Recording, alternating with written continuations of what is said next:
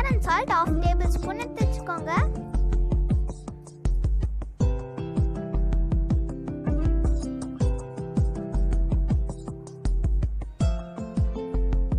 Butter 1 table spoon எடுத்து வச்சுக்கோங்க. நம்ம இப்போ வந்து பிரெட்டை வந்து எடுத்து வச்சுக்கலாம்.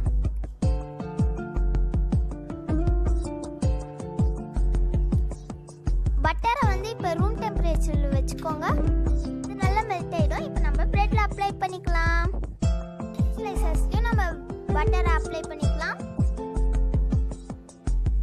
பட்டரை நல்லா அப்ளை பண்ணுங்க, எல்லா சைடும் படுற மாதிரி.